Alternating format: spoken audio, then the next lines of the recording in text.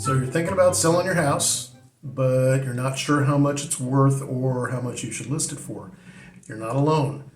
Pricing your home correctly is maybe the most important part of selling your house, but don't worry, I'm here to help. Hey everyone, Walt the Realtor here to help you navigate the home selling process. Today we're tackling one of the biggest questions sellers have: how much is my home worth? Whether you're looking to sell soon or just curious about your property's value, understanding how home pricing works is essential. So let's break it down. Okay, before we get started, there's a couple of things you need to keep in mind. First, don't trust those online "how much is your house worth" websites. Now, some of them are more accurate than others, but some are routinely way off. Without naming names, one of them starts with the letter Z. Second, you might need to restrain your emotions from the pricing discussion. It's really common that homeowners have put a lot of time and effort and money into their homes, and it's kind of hard to accept that a buyer might not care about that. Your landscaping might be amazing, your kitchen might be upgraded, the condition of the house might be immaculate, but your house still has to be priced to get people to actually come look at your house in person. This is a difficult conversation for a realtor to have with their client, so cut them some slack. That said, let's take a look at the 4 puzzle pieces that will help decide how much you can get for your house. First up, market conditions. Supply and demand ultimately dictate average house prices. When supply goes up or demand goes down, that's a buyer's market and prices drop. If supply goes down or demand goes up, that's a seller's market and prices increase. So are you in a seller's market or a buyer's market? Or somewhere in between?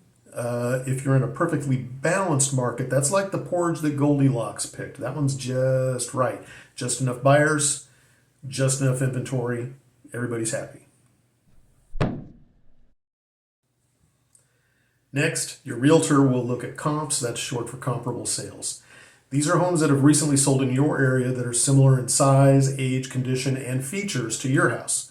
Comps give us a baseline for what buyers have recently been willing to pay for homes like yours. And keep in mind that while an appraiser may assign a value to your home, really the market will decide how much your house is worth. And comps will tell you what the market has been thinking over the last month or so. You've heard it before, location is everything. The quality of your neighborhood, your school district, how close you are to shopping, dining, parks, and highways will all affect your home's desirability and sale price. Now, a buyer's agent should never tell their client, like, well, that's a bad neighborhood, you should buy in this good neighborhood over here. That sort of thing is against the realtor code of ethics. It's the buyer's responsibility to make their own decisions in that regard, but as the homeowner, you already know how the public views the area you live in, and your comp number might need to be adjusted up or down accordingly.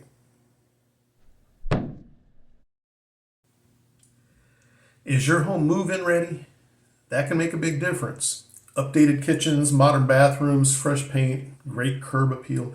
It can all help your home fetch a higher price. Even the smaller improvements can have a big impact. But if a potential buyer sees that your carpet is worn out, or they see water stains on the ceiling, or the walls look dirty, they're going to penalize you one way or the other. If a fresh paint job is going to cost, let's say, picking a random number, $5,000. Painting the house may not raise your sale price by $5,000, but if you don't paint and the walls look bad, it could cost you $10,000 off your sale because the buyers, 1, know they're going to have to pay $5,000 to paint the house. 2, they don't want the hassle, so they're going to charge you for that. And 3, they're maybe a little nervous about whether you've let any other maintenance issues slide a bit that might come back and bite them later. Or even worse, they won't make an offer at all because they just don't want to deal with it.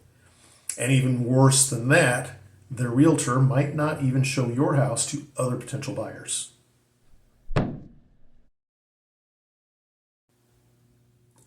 So let's talk strategy. How do you make sure you're getting top dollar for your house? First, you want to work with a realtor who understands pricing strategy and local market dynamics, someone who will use hard data to find the sweet spot that will attract buyers without leaving money on the table.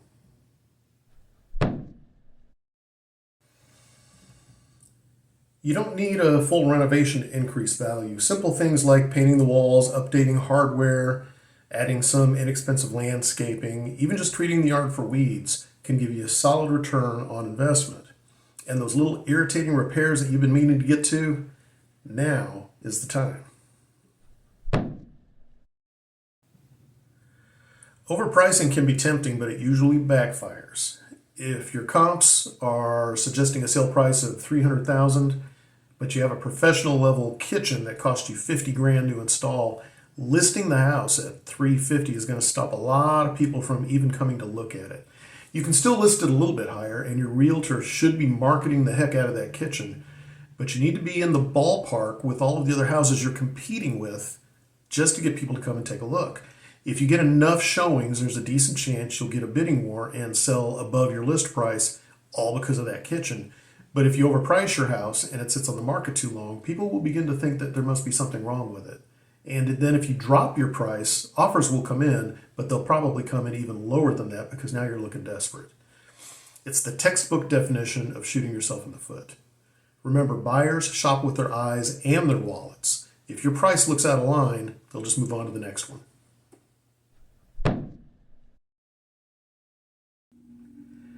If you're curious about what your home is worth, I'd love to provide you with a free comparative market analysis.